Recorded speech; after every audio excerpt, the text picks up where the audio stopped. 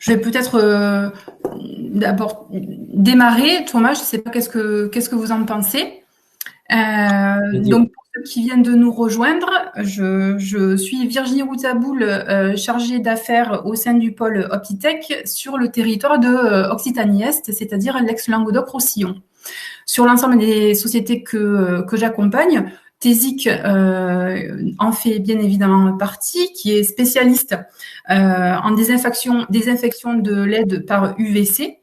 Et nous avons donc eu le plaisir d'accueillir TESIC au sein de notre réseau depuis cette début d'année 2021.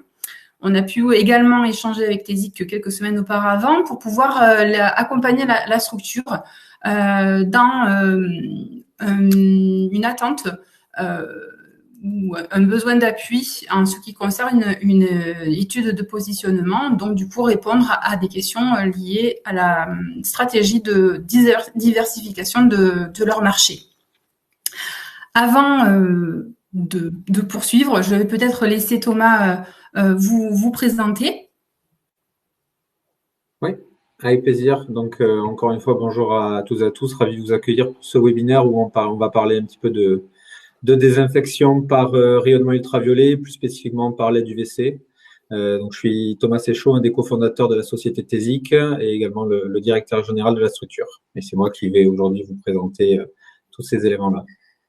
Merci. Je vais donc donner la parole à Marine qui va vous expliquer le déroulement et le fonctionnement de la plateforme.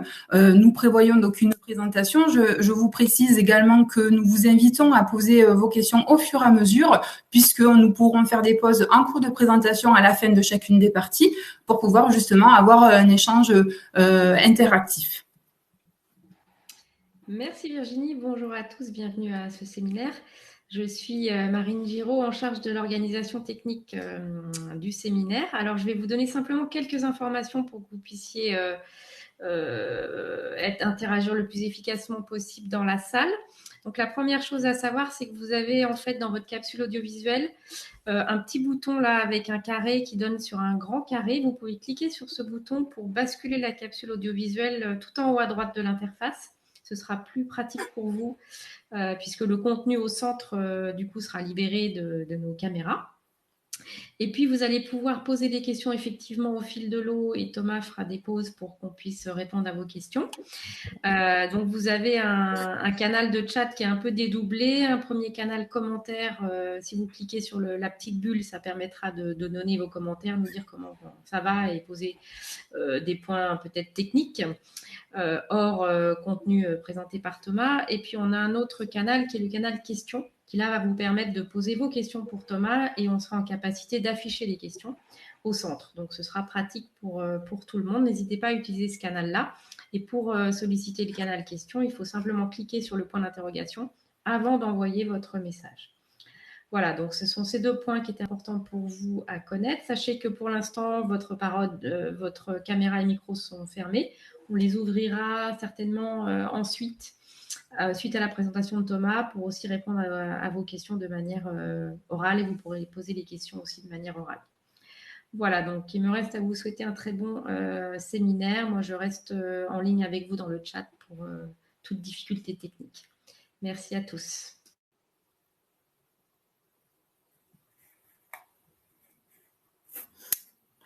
Thomas, du coup, vous allez pouvoir démarrer. Merci. Ouais.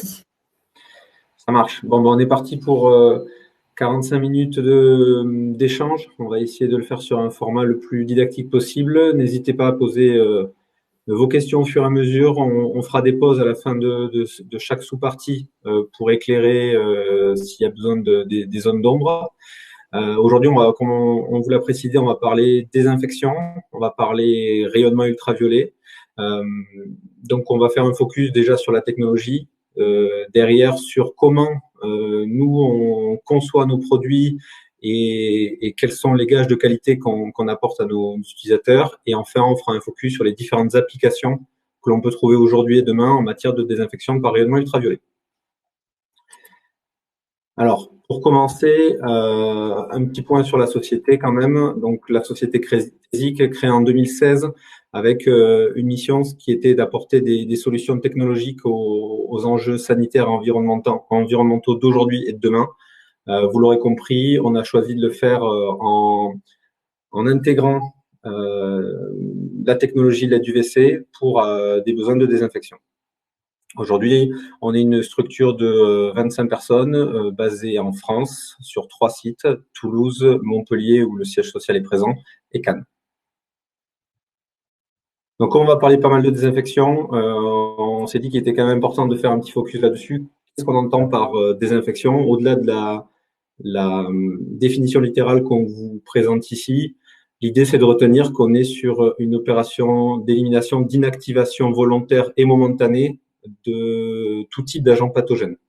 Donc, l'objectif est de pouvoir prévenir ou stopper une infection ou un risque d'infection afin de protéger les individus.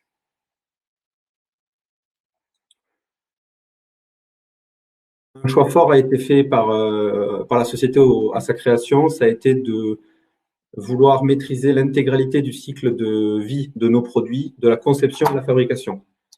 L'intégralité est réalisée en France, dans nos locaux ou chez nos partenaires territoriaux. Donc, ça va de notre pôle R&D qui va acquérir du savoir-faire pour pouvoir posséder une avance technologique qui nous permet de concevoir rapidement et efficacement les nouveaux produits que l'on souhaite mettre sur le marché. En sortie de pôle R&D, on bascule les produits dans notre bureau d'études qui va réaliser les prototypages, l'ensemble des tests de validation avant de les lancer en fabrication.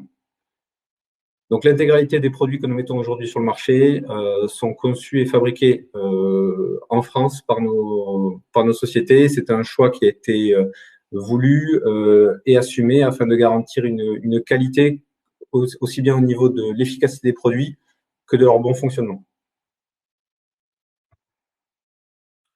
Si on rentre un peu plus sur la thématique de la technologie LED UVC et les applications qu'on va en faire en termes de désinfection, il est bon de préciser tout de même que le rayonnement ultraviolet est utilisé depuis des décennies en matière de désinfection, notamment pour la désinfection de l'eau, et qu'elle connaît aujourd'hui un potentiel d'évolution assez important par l'intégration de nouvelles technologies, notamment la LED UVC. Donc, qu'est-ce que l'UV? C'est une frange du rayonnement, c'est une partie du rayonnement électromagnétique qui est en dehors du spectre visible, qui se retrouve plutôt sur les longueurs d'onde entre 200 et 280 nanomètres et qui est composé de 3 parties, les UVA, les UVB et les UVC. Aujourd'hui, on va parler spécifiquement d'UVC, donc les gammes de longueur d'onde comprises entre 200 et 280 nanomètres. Pourquoi? Parce que ce sont les longueurs d'onde qui sont germicides, donc qui vont être utilisées pour des applications de désinfection. Les gammes d'UVA et d'UVB ont d'autres applicatifs dont on ne parlera pas aujourd'hui, mais qui ne sont pas utiles en termes de désinfection. Pourquoi on utilise l'UVC depuis plusieurs années en matière de désinfection et pourquoi?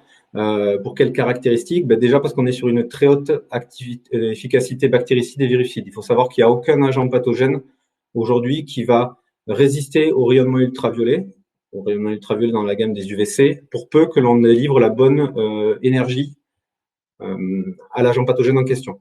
On est sur des infections qui ne sont pas extensives, c'est-à-dire qui ne demandent pas de temps d'utilisation, ou en tout cas très peu de temps. Donc, on est sur des infections très rapides qui permettent de répondre à beaucoup d'applications aujourd'hui et des applications de demain.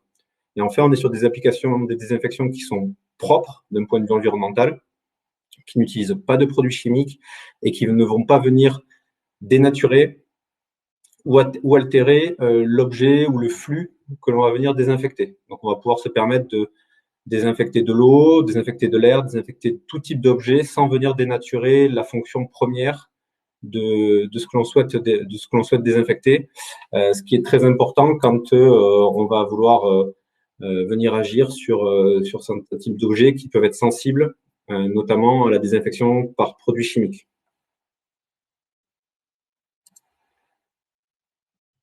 Donc, comme je vous l'ai précisé en début de webinaire, le rayonnement ultraviolet est utilisé depuis plusieurs années en matière de désinfection.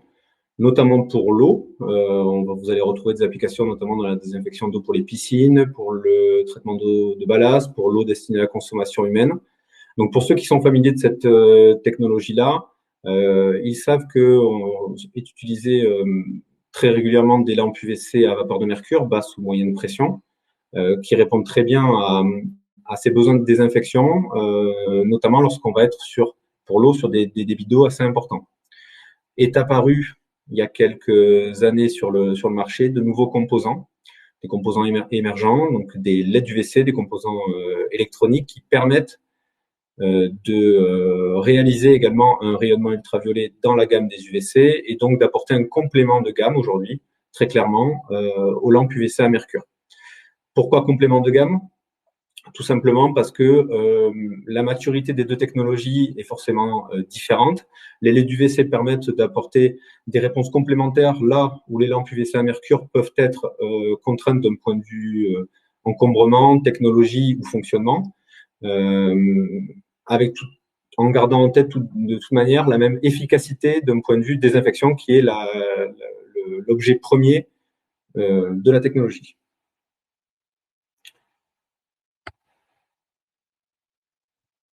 La LED UVC étant un semi-composant électronique, les avantages que vont retrouver nos utilisateurs à l'utilisation de nos produits, très clairement, on va être sur la possibilité de réaliser des on-off instantanés et de manière illimitée.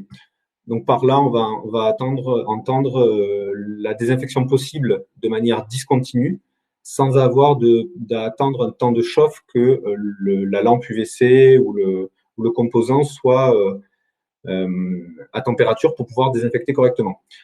Ça permet donc de répondre très clairement à des marchés, notamment le marché du traitement d'eau au point d'usage, on en parlera tout à l'heure, où le traitement d'eau est discontinu dans le temps, donc il n'y a pas de traitement continu, et on n'a pas besoin d'utiliser le produit et de consommer de sa durée de vie quelque part sans qu'il y en ait besoin. Donc ça, c'est une caractéristique très claire de la LED UVC, pas de temps de chauffe et une utilisation instantanée et une désinfection qui l'est tout autant. Ces produits, ces composants électroniques peuvent être intégrés très facilement dans des réacteurs UV, puisque ce sont le nom des produits que l'on fabrique, des réacteurs UV qui sont connectables. Quel intérêt, vous me direz ? Ça peut permettre, notamment dans le cas de parcs de plusieurs produits, de pouvoir connaître à tout instant l'état de fonctionnement de ces systèmes-là, savoir s'il y a des défauts, pouvoir programmer d'éventuelles interventions en cas de panne, mais également de connaître le nombre de litres d'eau qui auront été traités à l'échelle d'un établissement public, d'un établissement hospitalier, etc. Donc cette connectivité-là, elle est native et elle est totalement intégrée et permet aujourd'hui de proposer des produits qui soient communicants vis-à-vis de l'utilisateur. L'alimentation électrique est aussi un des sujets très important sur la LED UVC, puisqu'on est nativement fonctionnant en courant très basse tension, courant continu très basse tension, 24 volts, avec des possibilités de fonctionner très simplement en 12 volts pour être connecté par exemple sur des batteries. Donc ça va apporter une réponse efficace dès lors que l'on a des besoins ou des contraintes de mobilité. Donc des systèmes qui vont être embarqués dans des applications nomades, mobiles, raccordés sur des batteries, ou encore sur des alimentations électriques de sources d'énergie renouvelables, telles que le solaire photovoltaïque. Là encore, on va avoir des systèmes qui vont se connecter très facilement à ces nouvelles alimentations électriques, sans demander de mise en place de batteries complémentaires ou trop importantes pour alimenter des solutions en 220 volts. Donc l'alimentation électrique est très clairement un des avantages au niveau de la LED UVC, puisqu'on va pouvoir se raccorder à tout type d'installation de manière très simple, et puis on ne consommera et on n'utilisera de l'énergie électrique que lors des phases d'utilisation du produit. Donc si je reprends l'exemple d'un traitement d'eau au point d'usage, donc imaginons un robinet dans un camping-car ou dans un bateau, à partir du moment où on va ouvrir le robinet, on commencera à utiliser et à demander de l'énergie électrique pour faire fonctionner le produit. Le reste du temps, on n'aura aucune consommation électrique et donc on ne viendra pas consommer de la durée de vie des systèmes. Ce qui permet en fait de concevoir, on le verra tout à l'heure, de concevoir des produits avec une durée de vie excessivement longue et qui correspond surtout aux besoins des utilisateurs. notamment en termes de tranquillité. Je veux pouvoir installer un système de désinfection d'eau au niveau de mon robinet et ne pas avoir à m'en soucier pendant plusieurs mois, voire même plusieurs années quand on est sur des courbes d'utilisation traditionnelles dans le domaine domestique. L'utilisation des composants LED permet enfin de concevoir des produits excessivement compacts et robustes qui peuvent s'intégrer dans des tout petits espaces et résister à des contraintes, notamment de vibration et de choc, beaucoup plus importants que les systèmes traditionnels. Là encore, on va retrouver une application dans tout ce qui va être nomade et mobile, dans des véhicules roulants, dans des véhicules naviguant sur des fleuves ou sur des étendues d'eau, où on va vouloir avoir des systèmes très compacts qui vont pouvoir s'installer dans des tout petits espaces, tout en résistant de manière très longue et durable.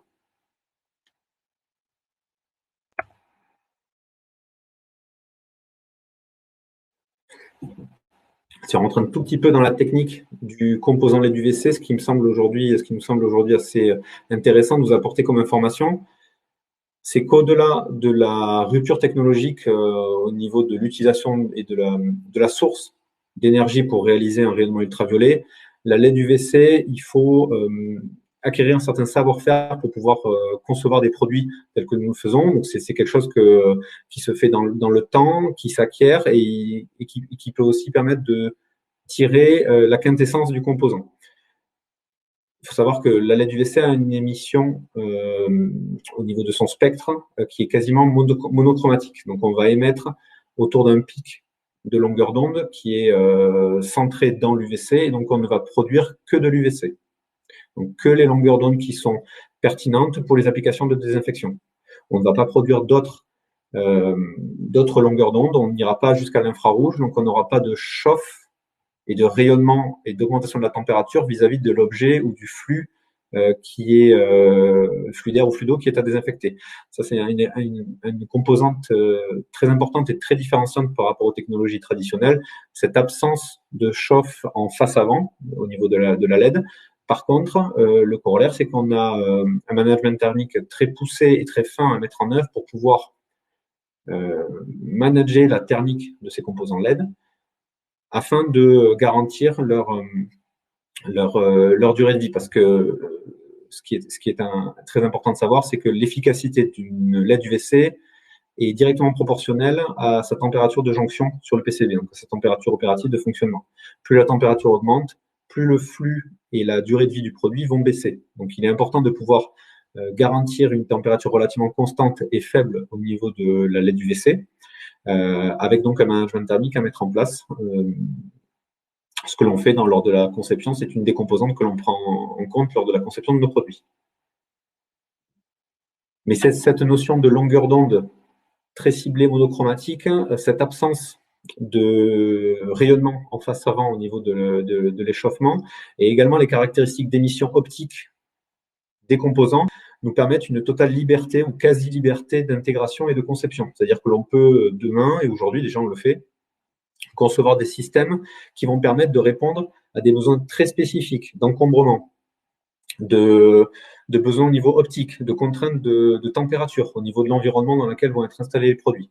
Tout ça est rendu capable par les composantes et les caractéristiques intrinsèques du composant, l'aide UVC, pour peu que l'on ait les outils et développer les modèles en interne pour pouvoir concevoir ces produits-là et les utiliser correctement.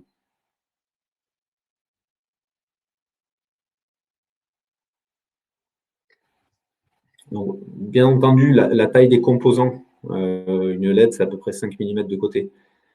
La taille des composants permet aujourd'hui de concevoir des produits miniaturisés. C'est-à-dire que pour un même débit d'eau, on va pouvoir avoir des produits de plus en plus compacts, de plus en plus petits, et c'est un peu le devenir de cette technologie-là, d'aller dans des systèmes à la plus faible empreinte, qu'elle soit environnementale, qu'elle soit énergétique, qu'elle soit en dimension hors tout, pour pouvoir vraiment être intégré dans n'importe quel système et répondre pour autant aux besoins de désinfection en termes d'efficacité.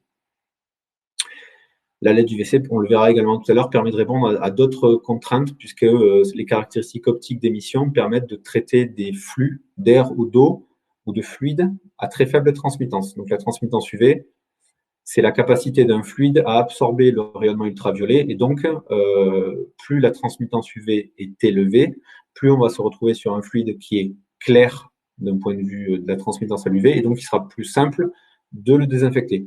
A contrario, plus la transmittance UV va baisser, plus il sera compliqué et plus il faudra fournir d'énergie pour pouvoir désinfecter un même fluide.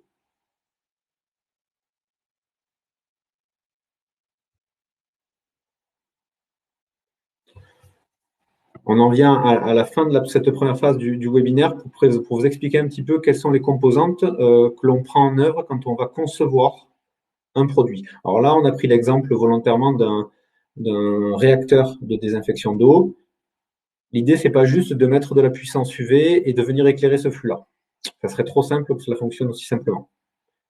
Donc, on prend en compte lors des phases de conception à la fois des données optiques. Là, vous pouvez voir un visuel d'une carte d'irradiance. Donc, on va travailler la partie optique pour homogénéiser au maximum et optimiser l'irradiance, donc c'est-à-dire le rayonnement reçu par une particule dans l'eau, pour que peu importe son trajet, sa trajectoire, la trajectoire de la particule, toutes reçoivent le même rayonnement, ou en tout cas un rayonnement suffisant pour assurer une désinfection optimale.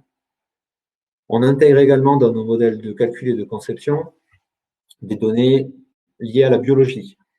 Donc là-dessus, on travaille, que ce soit avec la littérature ou avec nos partenaires scientifiques dans les domaines publics ou privés, sur la question de quelle énergie est nécessaire de fournir à un agent, à un pathogène, qu'il soit virus, bactérie, spore, pour pouvoir l'inactiver, pour pouvoir le désinfecter. Donc on injecte ces données-là dans nos modèles de calcul pour définir la conception de nos produits. Et on intègre également des données de mécanique des fluides.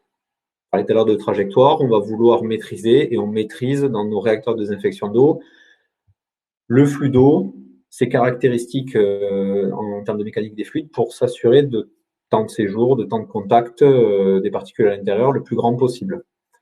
Pourquoi on fait ça? On fait tout ça. L'idée derrière, c'est que pour pouvoir atteindre les niveaux de désinfection souhaités par le marché ou par nos clients, on va chercher un certain niveau d'abattement bactériologique. Et ça, c'est donné, on le verra juste après, par une notion qui est la dose UV. Et cette dose UV-là, on intègre dans toutes les données optiques, biologiques et de mécanique des fluides pour s'assurer qu'en sortie, donc là sur le visuel que vous voyez, plus les particules, donc c'est des molécules d'eau qui peuvent être potentiellement contaminées ou contenir des bactéries et des virus, en tout cas, plus elles sont sombres, plus elles ont reçu une irradiance et une dose UV suffisante pour pouvoir être catégorisées comme désinfectées. Voilà. Donc la conception, première étape de conception, c'est vraiment d'utiliser notre savoir-faire et nos outils numériques pour concevoir, avant de valider par les tests terrain, pour concevoir des réacteurs qui soient les plus efficaces possibles. Et donc tout ça, ça s'acquiert par à la fois l'expérience de nos premières années de conception et les développements des outils numériques en interne. Donc, si on devait simplifier les choses, forcément, c'est pas aussi simple, mais si on devait simplifier les choses, on pourrait considérer que la dose UV, qui caractérise le niveau d'efficacité in fine d'un réacteur de désinfection par UV, c'est le produit de l'irradiance, qui est donc une notion de puissance, par un temps d'exposition. Donc, pour atteindre une dose UV, on peut soit à très haute puissance raccourcir les temps d'exposition, ou au contraire, à plus faible puissance, ça peut nécessiter des temps d'exposition plus longs. Vous comprenez bien que quand on est dans le cadre de réacteurs de désinfection d'eau, installés juste sous mon robinet, le temps d'exposition, il est directement donné peu ou prou par j'ouvre mon robinet, et c'est le temps, le débit, c'est le temps que va passer la particule dans le réacteur. Donc, il y a besoin, une nécessité d'optimiser cette irradiance-là, parce que c'est ce qui fait aussi derrière le coût des produits. Plus on va augmenter la puissance, plus on va augmenter le nombre de LED UVC qui seront présents dans les produits, donc plus le coût du produit sera important. Tout le jeu est là de pouvoir maîtriser et optimiser ces aspects-là. Pour aller plus loin, effectivement, on parlera plutôt de fluence, qui est la traduction anglaise de la notion de dose UV, qui va prendre d'autres notions que le simple produit du temps d'exposition par l'irradiance, mais en tout cas aujourd'hui pour les besoins de ce webinaire, ça nous semble être déjà une première étape. Dernière étape qui est très importante, une fois les prototypes sortis de la phase de conception, c'est de pouvoir valider par des tierces personnes, des personnes qui maîtrisent et qui peuvent réaliser des tests, on va dire, réels sur des bactéries, sur des virus, mais également des tests de fonctionnement, de valider en laboratoire l'efficacité des produits. Voilà, on ne se contente bien entendu pas de tableurs Excel et de données sorties de nos modèles, aussi précis peuvent-ils être. On va aller chercher systématiquement, dès qu'ils existent, les niveaux de désinfection demandés par les normes françaises en vigueur, et on fera tester ça par des laboratoires certifiés en la matière. Donc là, vous pouvez voir les laboratoires locaux avec qui on travaille, Biofac, Virtech, qui nous accompagne notamment sur la partie virologie, et on peut voir là les deux visuels, le avant-après, c'était la visualisation de l'activité virucide de notre produit Evocare, que je vous présenterai tout à l'heure, qui est un produit de désinfection des surfaces et des objets. Les petites pastilles et les petits points verts, ce sont des cellules infectées par un virus. Donc avant le process de désinfection dans le produit Evocare, et en sortie, l'absence de points verts atteste d'une parfaite désinfection de l'objet en question. Donc, on a fini, on a atteint la fin du premier bloc de ce webinaire. Peut-être si vous avez, je vois qu'il y a eu des questions qui ont été posées, on peut peut-être… Oui, il y a quelques questions qui ont été posées. Et donc, la première question, c'est celle de Julien, et qui pose la question de quelles sont justement les longueurs d'onde d'émission possibles. Alors, au niveau des LED UV, dans le spectre de l'UV, il existe plusieurs types de longueurs d'onde. Celles qu'on utilise, en tout cas en termes de désinfection, on reste systématiquement en dessous des 280 nanomètres pour rester dans le spectre de l'UVC, et elles vont plutôt se trouver entre 260 et 270 nanomètres. Voilà. Ça, c'est les longueurs d'onde utilisées communément aujourd'hui en matière de désinfection par UVC pour les LED. Ok, merci Thomas. La deuxième question, pourrez-vous aborder le sujet du recyclage de la lampe LED? Ouais, alors du coup, on n'a pas spécifiquement de lampe LED. Les LED sont donc des composants qui sont montés sur des PCB, qui sont des circuits électroniques, qui ont des durées de vie de l'ordre de 10 000 heures opérationnelles. Donc, quand on considère pour un usage domestique, par exemple, une utilisation de 2 heures par jour, on est sur des durées d'utilisation qui dépassent plusieurs années, parfois plus de 10 années, sans besoin d'intervention. Derrière, pour aborder le sujet du recyclage de nos produits, on récupère, les produits sont récupérés, sont ensuite envoyés sur des circuits de recyclage assez traditionnels pour les dispositifs électromagnétiques. Mais il n'y a pas de lampe LED, voilà, c'est pas une ampoule bardée de LED, on est vraiment sur des conceptions totalement différentes, et les LED sont directement intégrés sur des PCB. Merci. Une autre question, quelle est la puissance d'une LED UVC? Ah, il y en a plein, ça dépend. Pour le coup, il y a pas de règle. Chaque fournisseur va avoir un catalogue, on va dire, de LED avec des puissances différentes. Tout l'enjeu derrière pour nous, industriels et intégrateurs, c'est de sélectionner les bons composants, donc déjà de les sourcer, de les calibrer, parce qu'il ne suffit pas de se référer à une fiche technique de fournisseur, ça je pense que tout le monde le sait, donc de calibrer les bons composants, et derrière, de sélectionner celles qui vont correspondre le mieux à chaque application. Pour le coup, nous, on a vraiment des composants différents en fonction des applications, puisque, on le disait tout à l'heure, il y a plein de données qui rentrent en jeu. La notion de thermique, certaines vont mieux résister que d'autres à la température. La notion optique, d'émission optique, certaines avec des focales différentes, avec des lentilles différentes, vont permettre de répondre à des applications variées. Donc, pas de puissance très définie. Il y a tout un catalogue différent qui permettent d'arriver au bon résultat. Ok, merci. Une nouvelle question sur sur Transplant 15, est-ce un test en statique ou en dynamique? Alors, on a, pour le coup, on fait des tests en dynamique. Donc, toute la conception, notamment la partie désinfection de l'eau, désinfection d'air. Donc, dès qu'on va être sur des flux, on est sur des systèmes qui fonctionnent en dynamique. Toute la conception se fait là-dessus. Mais on a aussi de la désinfection de surface et d'objets qui se fait sur du statique. Dans le sens où on présentera le produit Ivocare tout à l'heure, on est sur un boîtier de désinfection dans lequel on vient insérer un objet ou un masque et où il n'y a pas de cette notion de dynamique. Mais toute la partie conception se fait sinon historiquement sur la désinfection de l'eau et de l'air en dynamique. Ok, très bien. Merci. Une nouvelle question. Avez-vous obtenu des accréditations type ACS pour vos LED et vos réacteurs? Oui. Donc sur cette partie-là, les réacteurs ont bien entendu obtenu un ACS pour la partie conformité sanitaire des matériaux.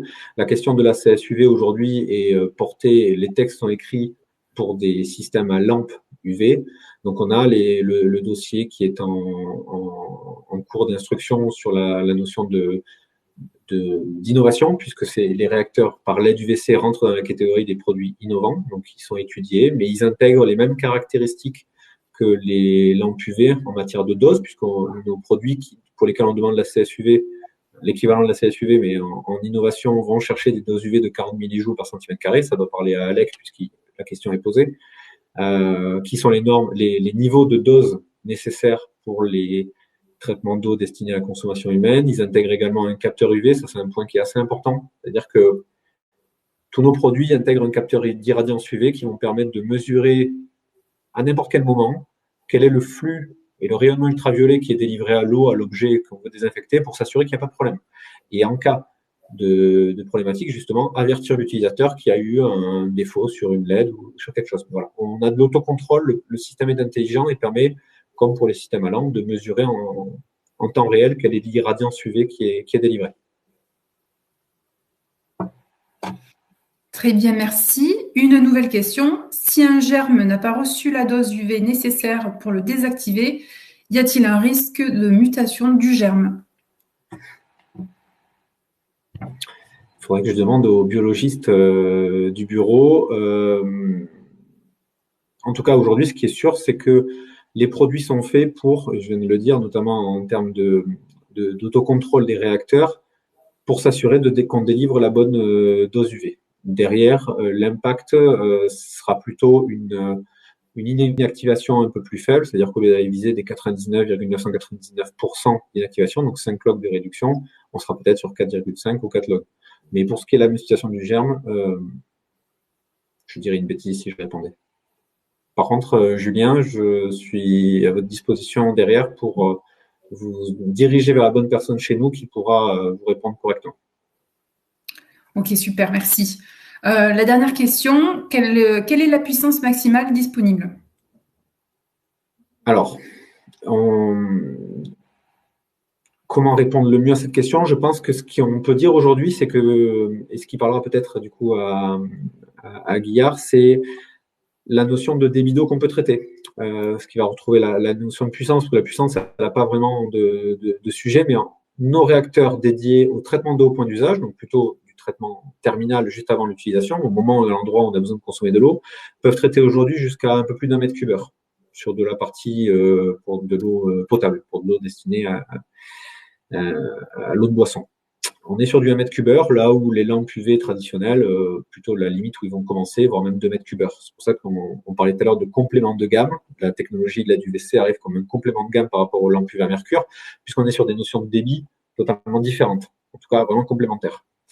Par contre, on a aujourd'hui des applications en termes de désinfection d'eau usée où on est capable de monter sur 2, 3, 4 mètres cube heure de traitement. Donc, on reste très loin des centaines de mètres cube heure, voire des milliers de mètres cube heure que peuvent être capables de traiter les lampes UVC à mercure.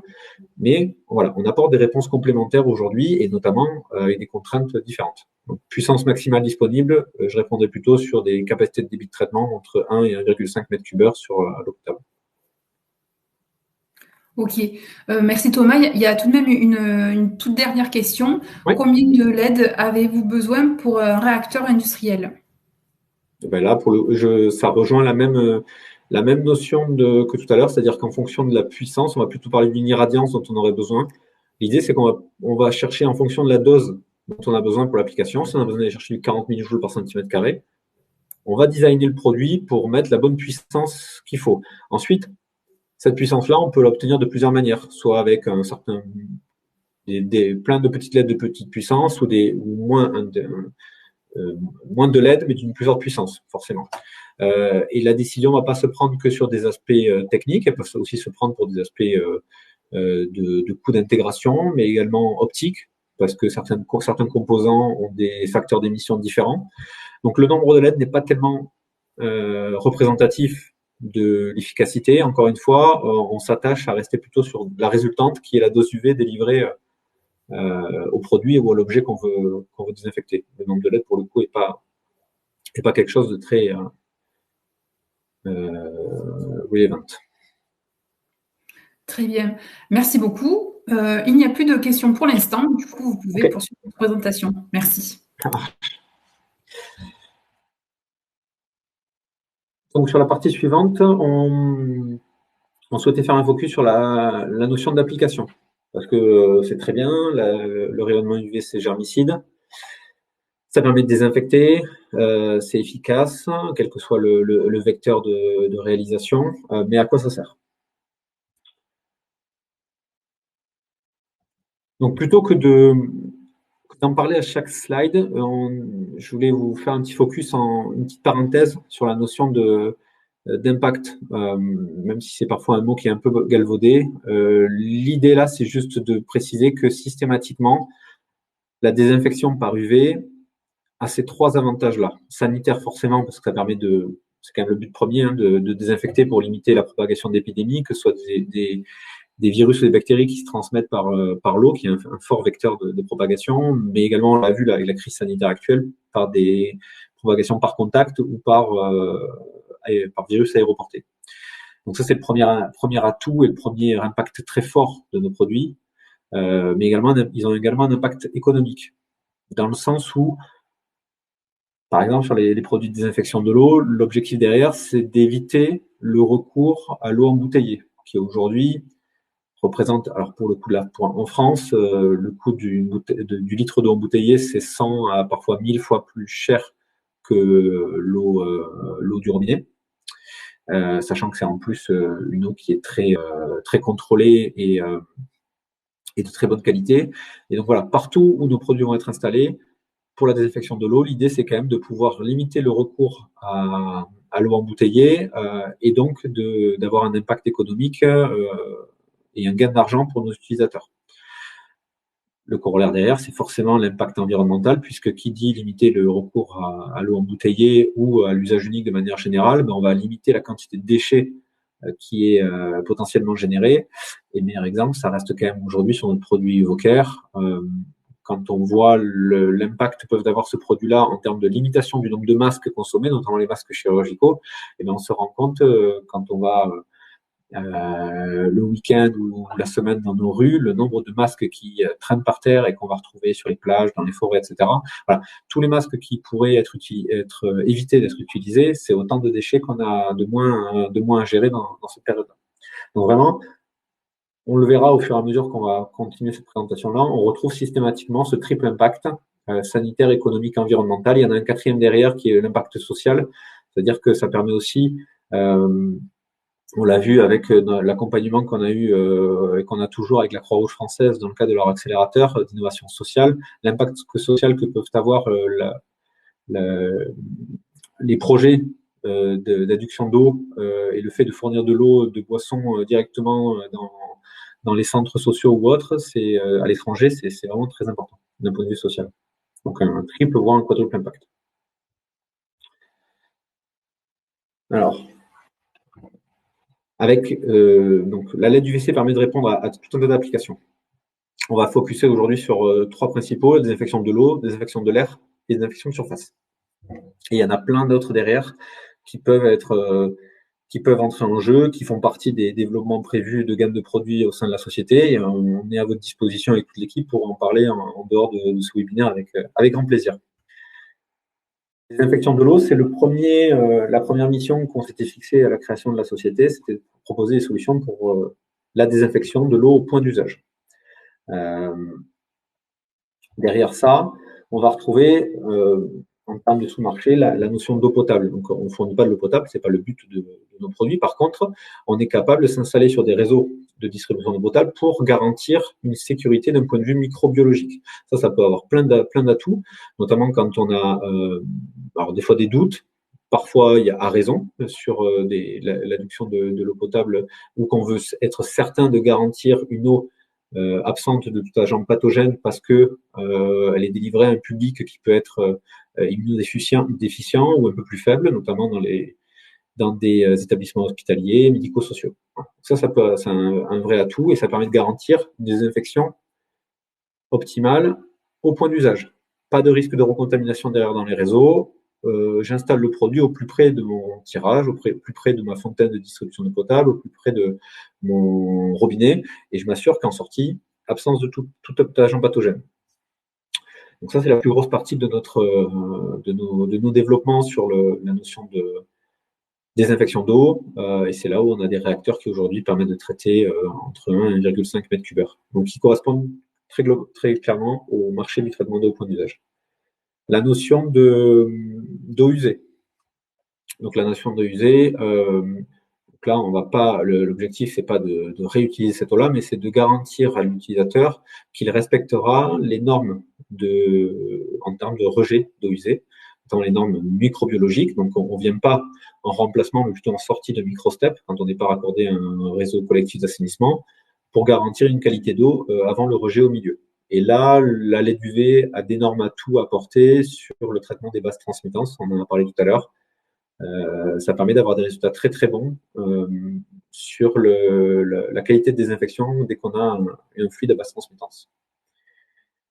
Troisième sous-marché, troisième application qui peuvent parler, à partir du moment où on a de la projection d'eau. Ça peut être de la brumisation en spray, de la nébulisation sur les légumes dans les supermarchés. Voilà, tous ces systèmes-là où on va venir vaporiser de l'eau, on va vouloir garantir l'absence de tout agent pathogène avant la brumisation. Et là encore, cette désinfection-là, réalisée par des LED UVC, prend tout son sens, que ce soit en termes de débit d'eau de traitement ou en termes de traitement discontinu. En image, un de nos réacteurs de désinfection par LED UVC, un petit boîtier au grande capacité, forcément. Quelques chiffres sur sa durée de vie, puisque je l'ai dit tout à l'heure, la durée de vie de nos produits est très très longue, puisqu'on est à près de 10 000 heures, même plus, de fonctionnement, 10 000 heures opérationnelles. Donc ça peut apporter à plusieurs années pour peu que le produit soit pas utilisé 24 heures sur 24. Et c'est l'équivalent en termes d'eau embouteillée de 56 tonnes de bouteilles d'eau en plastique évitées. Voilà, pour un produit qui pèse 1,5 kg. Ça, c'est un produit qui peut s'installer directement sous le robinet, un peu partout, que ce soit chez soi ou dans son camping-car, dans son bateau. Partout où on a un point d'eau. Quelques cas d'usage sur cette notion de désinfection de l'eau. Sur la gauche, c'est un projet qu'on avait donc avec la Croix-Rouge française pour alimenter un bâtiment qui était dépourvu actuellement de système de production. Donc, ils utilisaient l'eau pluviale, donc avec un stockage directement sur le toit. On a installé un réacteur de désinfection d'eau couplé à des systèmes de filtres qui ont permis de délivrer cette eau-là. Et ils se sont rendus compte que de fait, le centre de santé familial devenait un lieu de rencontre où les gens du village en question venaient pour récupérer un peu d'eau. Et donc, ça concourait à cette notion d'impact social que je mentionnais tout à l'heure. Un autre projet dans le nautisme, puisque nos produits sont complètement compatibles avec cet environnement marin, peuvent être installés assez facilement dans les soutes et dans les cales des bateaux. Sur ce bateau-là en question, on a vraiment eu un double projet. L'idée, c'était d'avoir des désinfection de l'eau à bord pour éviter aux bateaux qui réalisaient une transatlantique d'embarquer un très grand nombre de bouteilles en plastique. et plutôt privilégier les tanks à bord. Et un deuxième projet qu'on a embarqué lors de cette transat-là, qui était un système de réutilisation des eaux grises. L'objectif, c'était de permettre aux passagers de pouvoir prendre des douches en réutilisation. Donc, on était sur un système qui intègre de l'UV, mais pas que, bien entendu. Il y a plusieurs étages de filtration. Et où on avait cette notion de pouvoir réutiliser quasi en boucle fermée les eaux des douches et donc d'apporter un confort supplémentaire par rapport à la situation actuelle. Donc, l'UV est un des étages importants de la fusée réutilisation des eaux grises.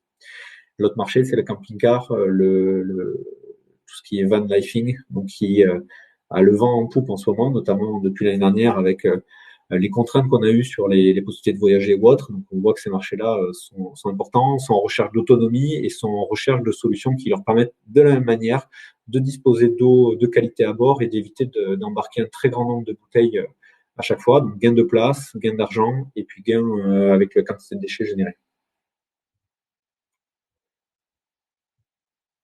Deux derniers cas d'usage qui répondent un petit peu au marché qu'on a présenté juste avant sur les applications. Fontaines de distribution d'eau potable, des kiosques à eau qu'on retrouve un petit peu partout dans nos villes aujourd'hui, qui permettaient, quand je ne sais plus s'ils sont tous en fonctionnement, mais qui permettent au grand public de pouvoir se servir dans les parcs de l'eau réfrigérée, pétillante, plate, etc.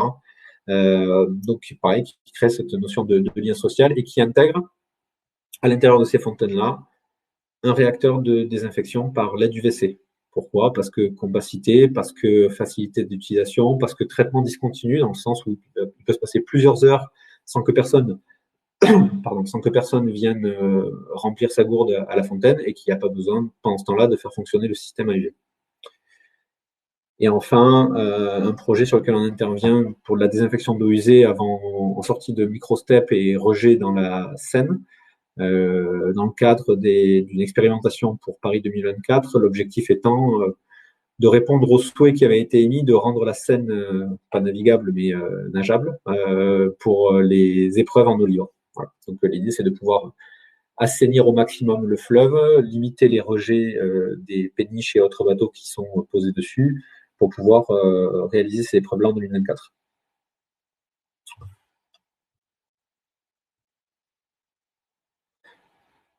Je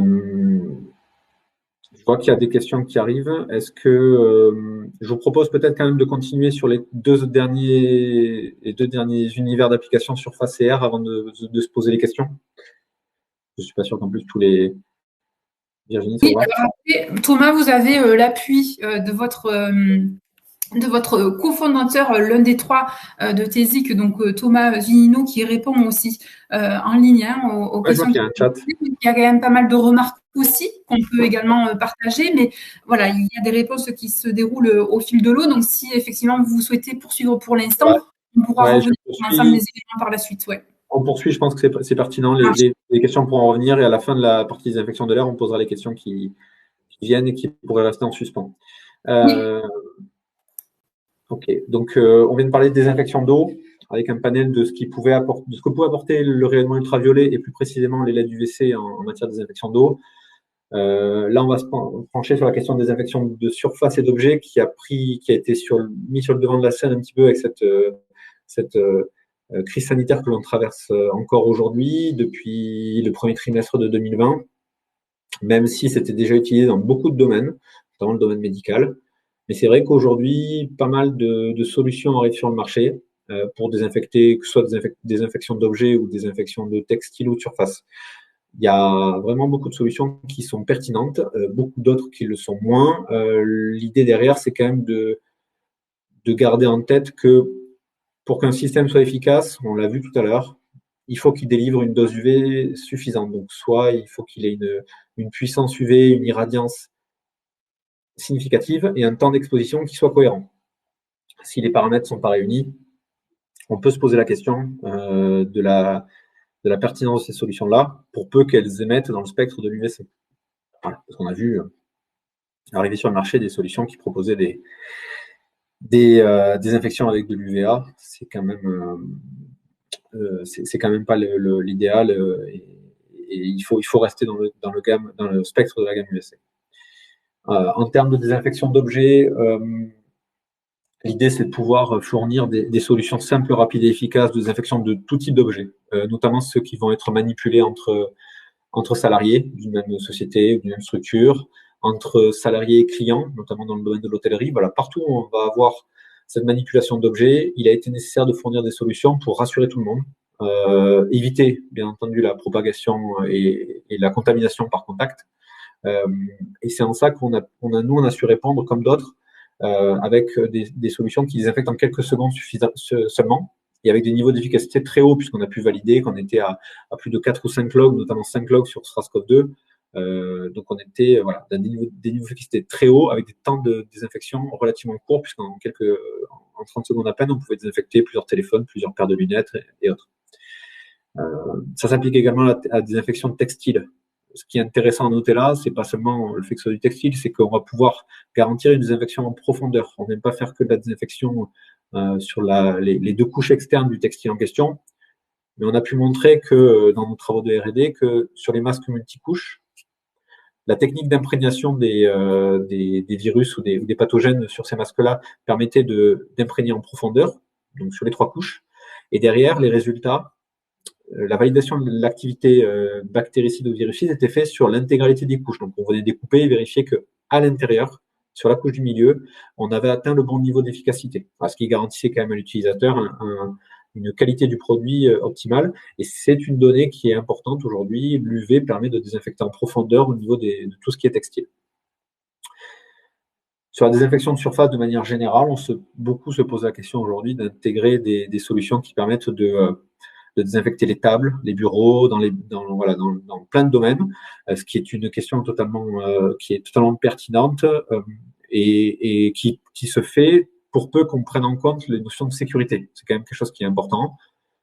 L'UVC, s'il est germicide, virucide, bactéricide, il est aussi dangereux pour l'homme parce qu'il s'attaque à l'ADN. Donc c'est à l'ADN et à l'ARN. C'est comme ça que c'est son principe actif. Il vient avec les photons UVC qui sont avec une très forte énergie, viennent casser les liaisons des brins d'ADN, empêchant les cellules de se répliquer et de fait détruisant et en inactivant ces cellules-là. Le même mécanisme peut se faire sur la peau si on expose les personnes au rayonnement ultraviolet dans la gamme des UVC. Dans les UVA, on va plutôt être sur du bronzage, je pense.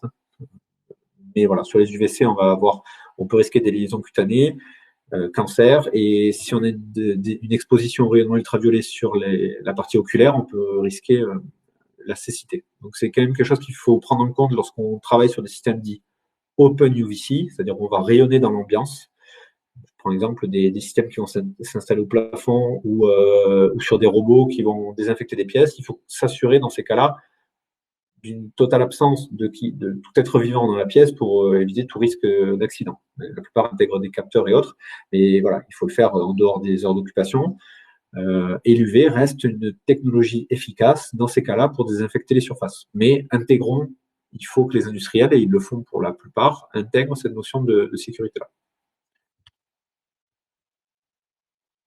Donc, que ce soit sur des boîtiers fermés, comme nous on propose aujourd'hui avec les boîtiers UVOCare, qu'on va voir juste après.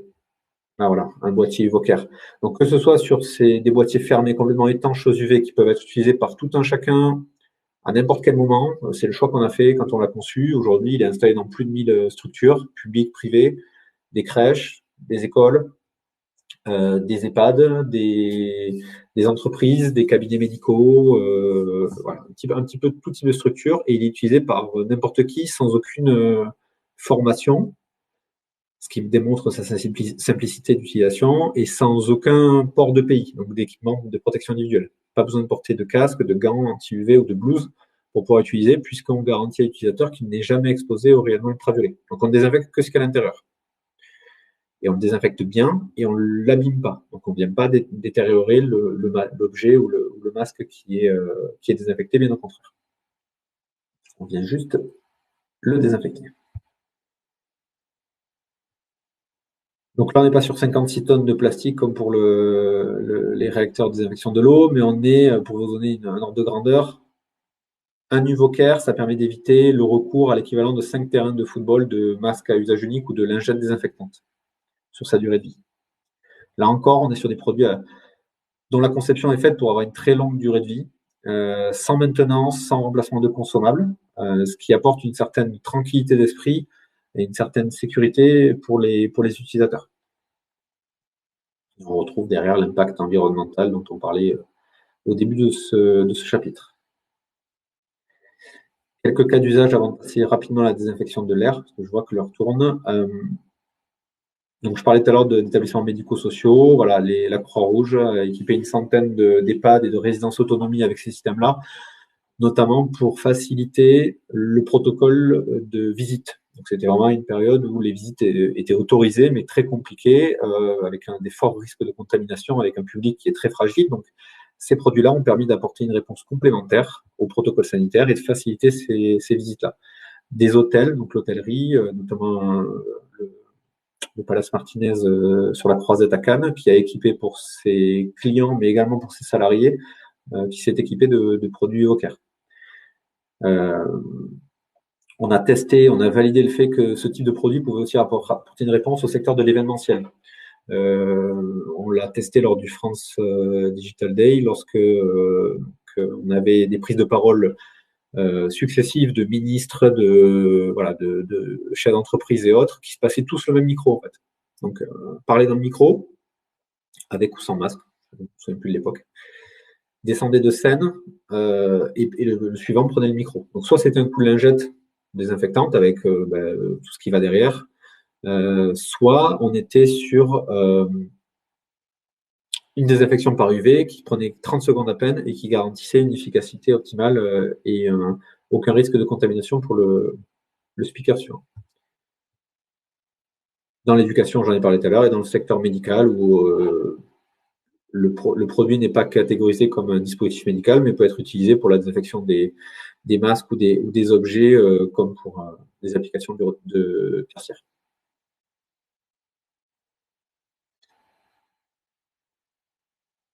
Je vais donner, on va parler un tout petit peu de désinfection d'air. Aujourd'hui, c'est une des voies de développement de cette technologie-là.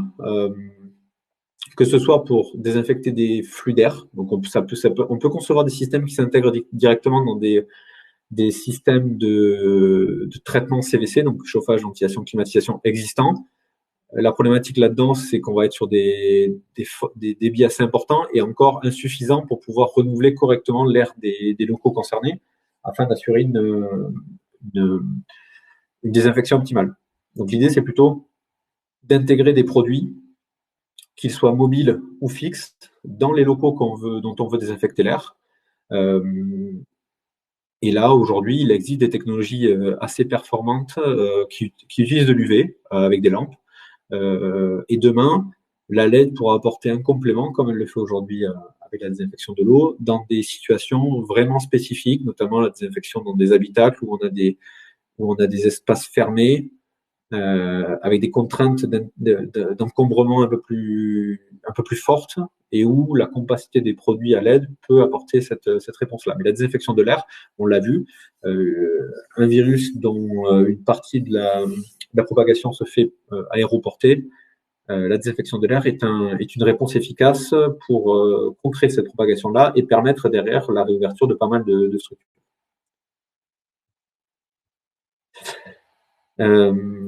Virginie, on est arrivé à la fin de la présentation.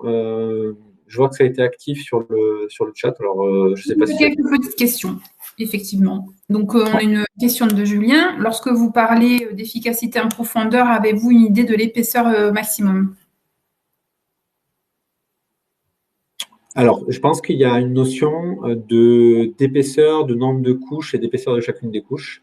Là, en l'occurrence, on était sur des masques textiles 3 couches. Donc, il faut voir, certains sont plus épais, mais il faut prendre des masques en coton avec 3 couches, vous avez une notion d'épaisseur. Derrière, je sais qu'on a des travaux qui sont encore en cours d'un point de vue R&D pour avoir une vision plus large de ce qui peut être fait en désinfection de profondeur. Mais ouais, on arrivait à désinfecter sur plusieurs couches pour les masques. Si vous voulez qu'on en parle plus précisément et si vous avez un sujet bien particulier en tête, encore une fois, après ce webinaire, on peut en discuter avec notre cellule R&D qui saura vous apporter les réponses ou vous aiguiller s'il y a besoin. Ok, très bien. Merci beaucoup. Une autre question, comment est-ce possible que les micro-organismes soient inactivés en surface? Le textile absorbe les UVC et les textiles peuvent être impactés, donc vieillir prématurément. Ouais.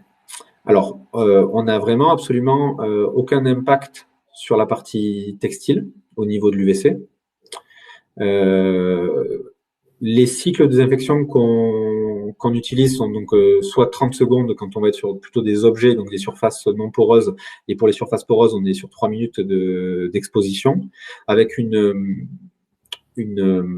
émission qui est centrée vraiment sur les pics germicides du UVC. Donc, on n'utilise pas du tout d'UVA ou d'UVB qui vont pouvoir avoir un effet sur la partie textile, décoloration ou autre. Et les tests qu'on a réalisés montrent qu'il n'y a pas de vieillissement, pas de dénaturation, de décoloration des textiles sur les micro-organismes. Et voilà, encore une fois, je pense que Guillard, vous échangez là sur le chat avec certaines personnes de chez nous. Je vous propose qu'on approfondisse ces éléments-là et qu'on puisse échanger dessus, parce que on est totalement ouvert à cette discussion.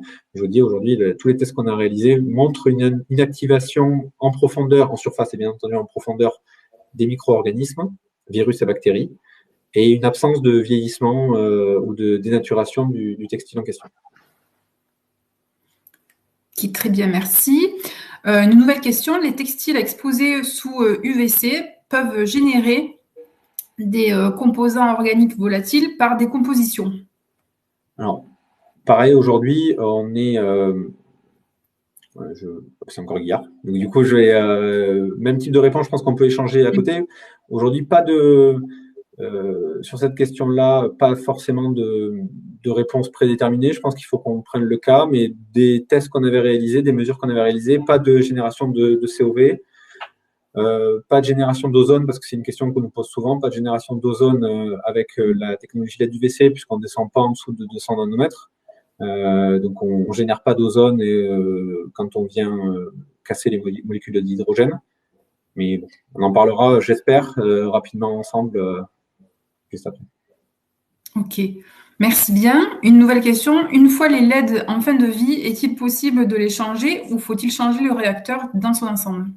Alors, dans l'absolu, peut-être changer le PCB, donc qui est la carte électronique sur laquelle sont posés les LED UVC. Donc, c'est une vraie possibilité. Encore une fois, nos produits sont aujourd'hui pensés et conçus pour une utilisation très durable, dans plusieurs mois, plusieurs années.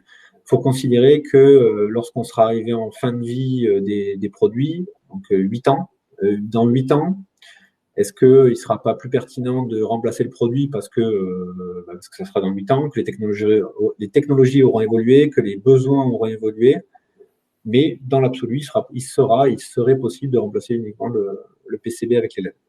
Dire que ça sera économiquement plus rentable, je ne sais pas, mais on n'est vraiment pas sur la notion d'ampoule qui va être changée tous les ans. Hein. On est sur des systèmes qui sont faits pour durer dans le temps. Ok, très bien, merci. La dernière question posée par écrit. Pouvez-vous nous parler des consommables pour les réacteurs LED UVC pour l'eau? Alors, la partie réacteur LED UVC, pour les applications de désinfection d'eau, ne nécessite pas de consommables.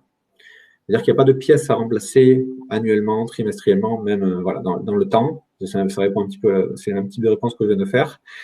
Derrière, si on couple ce réacteur UV avec des systèmes de filtration, si on veut traiter un petit peu de physico-chimie au niveau de l'eau, si on veut rajouter des charbons actifs ou autres, là, on aura des cartouches, mais c'est lié au système de filtration. Donc, notre métier, c'est aussi de savoir composer des packs qui intègrent nos réacteurs de désinfection par UV, qui vont traiter vraiment la partie microbiologique, la partie vivante qui est en haut, et d'y adjoindre des systèmes de filtration. Des systèmes de filtration mécanique, des systèmes avec du charbon actif qui vont permettre de traiter les goûts et les odeurs. Et ça, voilà, là, il y a du remplacement de cartouches, mais qui n'est pas lié à la désinfection par l'aide du WC. On n'est pas fabricant de cartouches, donc on sait déterminer quel est le besoin de filtration pour votre application, par exemple, en fonction des analyses d'eau que fournit le client. Mais c'est des connaissances de l'homme de l'art, et il n'y a pas de notion d'innovation spécifique aujourd'hui à déterminer quels sont les éléments de filtration qu'il faut souvent changer tous les 6 mois ou tous les ans, mais qui ne sont pas liés à la désinfection par exemple. Ok. Du coup, il y a une réaction évidemment de Monsieur Dumas ou Madame Dumas qui dit merci. Pourtant, on parle de cartouches, donc du coup, Ouais, vous venez de l'évoquer. c'est ça, effectivement. Les cartouches sont liées à la Ouais. filtration, c'est pour éliminer tout ce qui va être matière en suspension et pour traiter effectivement goût et odeur quand on est sur des cartouches de Voilà. charbon actif. Voilà. Mais Voilà. c'est pas lié à l'UV. L'UV, Oui. c'est ce que ce dont on a parlé là et ce que l'on développe, c'est vraiment la partie réacteur UV qui est pour la désinfection, donc l'élimination des micro-organismes pathogènes qui peuvent être contenus dans l'eau. Voilà. Ok, très bien. Du coup, là, j'appelle Marine à nous rejoindre et ouvrir, le cas échéant, pour les dernières questions. Peut-être ça sera plus, puisque la présentation est terminée, d'ouvrir en fait le champ à l'ensemble des participants pour que les participants puissent se poser les questions directement. Ça créera une autre dynamique. Merci Virginie. Donc là, je viens de passer la salle en mode réunion. Donc vous allez tous voir apparaître des boutons caméra micro qui sont en dessous. Là, vous voyez nos 3 webcams. Voilà, donc Stéphane arrive. Donc on vous invite vous pouvez activer les micros caméras quand vous souhaitez poser une question, hein. Voilà, donc peut-être, alors je ne sais pas Stéphane si c'était un test ou si vous aviez une question. Donc en tout cas, si vous avez des questions, c'est vrai qu'il y a eu beaucoup de questions dans le chat. Ouais, Stéphane, on vous laisse la parole. Non, c'était un test. Ok, très bien. Test concluant. On vous a entendu, test concluant. Donc si d'autres personnes souhaitent poser votre question à l'oral ou avoir des compléments, écoutez, c'est le moment de le faire. Oui, en même temps, je reprofite de reparler de l'ensemble des échanges au sein du chat. Donc, effectivement, certaines questions ont trouvé leur réponse, et notamment grâce à Thomas Zunino aussi, donc qui fait partie bien sûr de l'équipe de TESIC. Donc voilà, s'il y a des réactions par rapport à ces éléments-là que j'ai pas forcément réévoqués et où les remarques et réactions ne se sont pas du coup affichées, n'hésitez pas à compléter ou à ajouter vos éléments et puis évidemment à poser d'autres questions si vous avez besoin.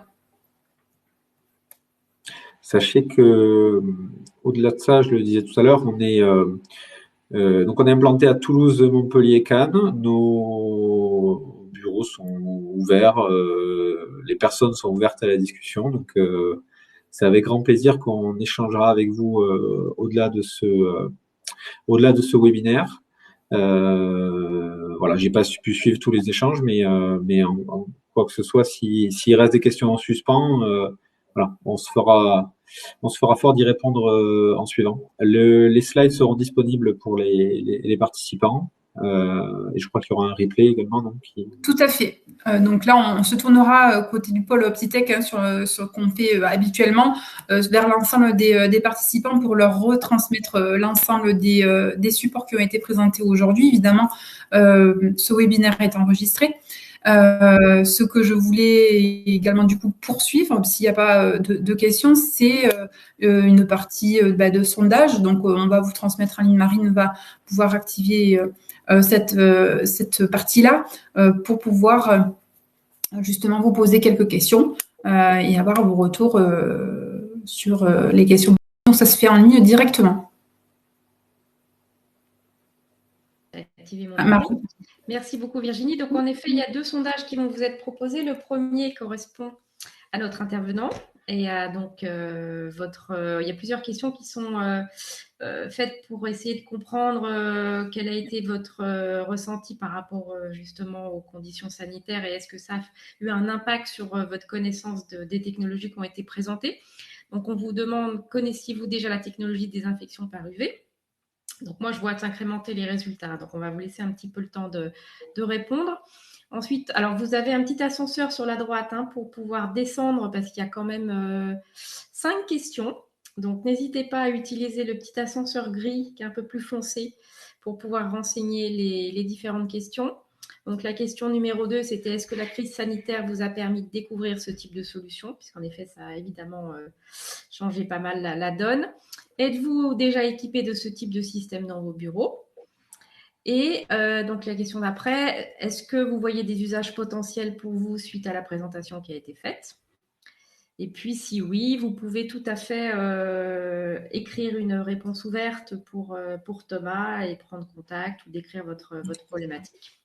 Donc, on va vous laisser un petit peu de temps pour répondre et j'en profite peut-être, Virginie, pour proposer à nos participants de s'inscrire au prochain webinaire. Donc là, on vous met, donc le prochain webinaire a lieu le 30 mars.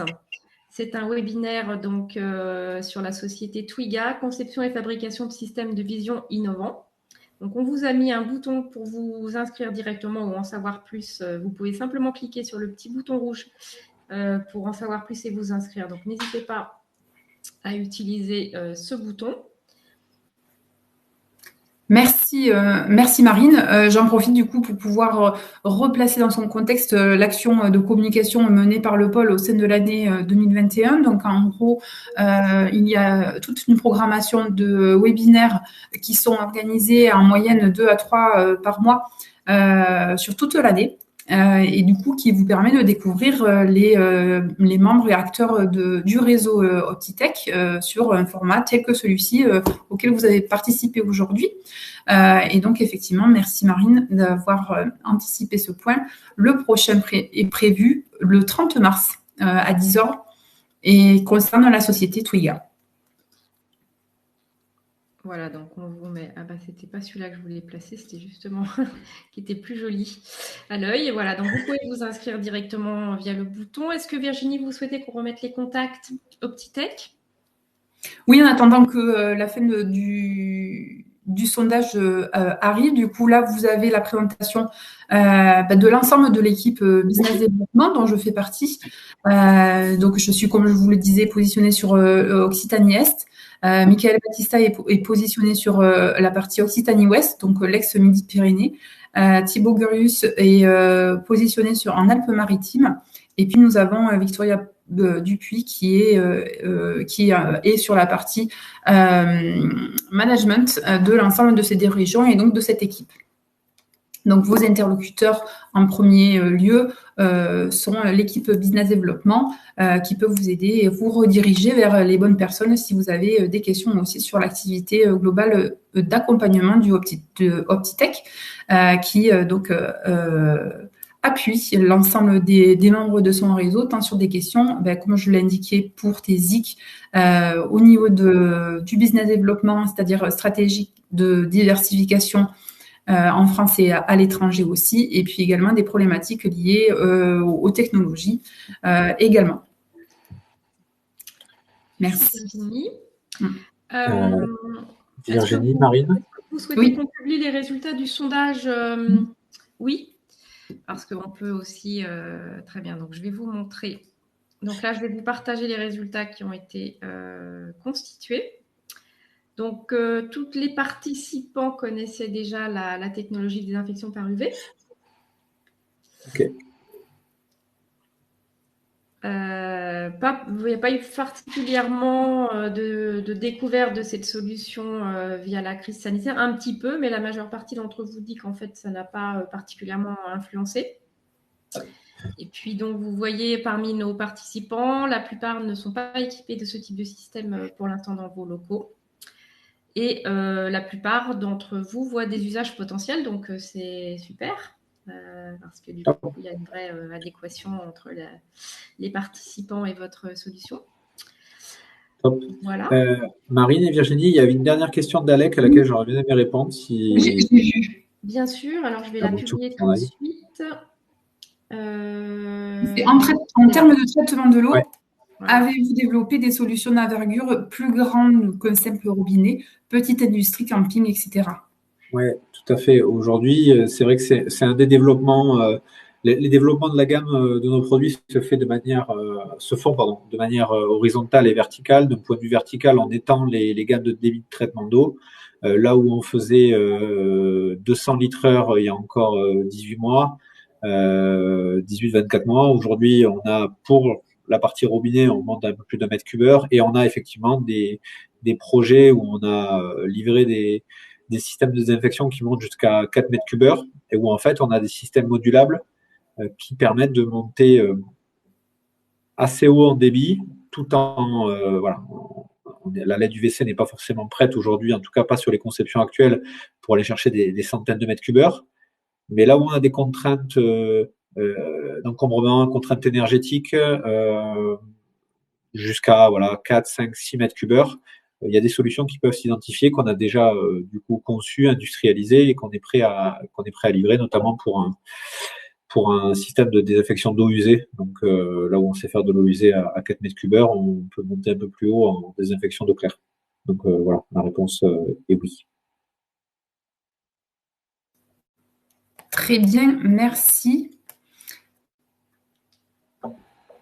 Du coup, alors, si vous voulez, vous pouvez poser encore quelques questions si vous le souhaitez. On va peut-être, si vous êtes d'accord, Virginie, mettre le sondage de satisfaction d'Optitech. Donc, c'est un sondage qui est systématiquement proposé. Ça vous va, Virginie? Très bien. Très bien. On voit effectivement qu'il n'y a plus trop de questions pour l'instant. Voilà. Donc, c'est la question qui est posée à la fin de chaque webinaire. Et puis, on a mis une deuxième question pour vous qui vous permettra de poser aussi des commentaires, laisser vos questions, commentaires, donc pour peut-être envisager d'autres sessions ou des besoins particuliers. Et pendant que vous répondez, j'avais juste une question pour Thomas. Est-ce que la présentation PDF que j'ai, en fait, elle peut être diffusée aux participants, celle-là, ou vous souhaitez la retravailler? Non, elle a été légèrement modifiée. Je vous l'exporte et il manque une ou deux slides. Je vous l'exporte et je vous l'envoie dans la foulée. Très bien. Bon, bah, du coup, c'est, je pense, Virginie qui vous enverra derrière aux participants la présentation. Oui, c'est notre équipe communication et donc Jolène Martinez avec laquelle vous avez été tous en contact et qui vous enverra ces éléments. J'en profite du coup pour vous rappeler que ce webinaire est enregistré et que son replay sera disponible sur le site internet du pôle Optitech. Voilà. On va attendre du coup quelques instants pour que je vous remercie par avance pour vos réponses au sondage. C'est toujours très intéressant et pertinent d'avoir vos retours. Et là, notamment, le fait de l'avoir en direct live, c'est encore mieux. Ça permet une efficience immédiate par rapport à ces attentes-là. Mais pour autant, donc là, voilà, Marine, sur les retours sur les questions de TESI, que là, c'était complet, donc. Donc, cette partie-là était bien terminée. Oui, tout à fait. Donc là, on a quelques personnes qui continuent à remplir le questionnaire. On peut aussi clôturer la présentation et vous laisser quelques instants pour répondre au questionnaire si vous le souhaitez.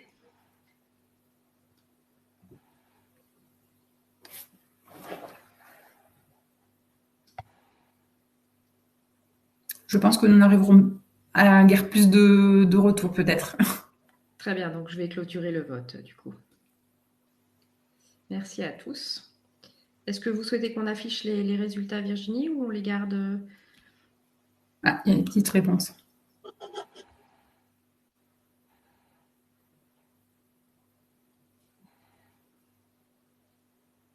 Non, je pense, sauf si vous avez une tendance générale à indiquer, voilà, on ne peut pas forcément afficher. C'est vrai que c'est utile pour nous pour pouvoir continuer pour la suite. Donc, du coup, je vous remercie d'autant plus pour vos réponses. Merci.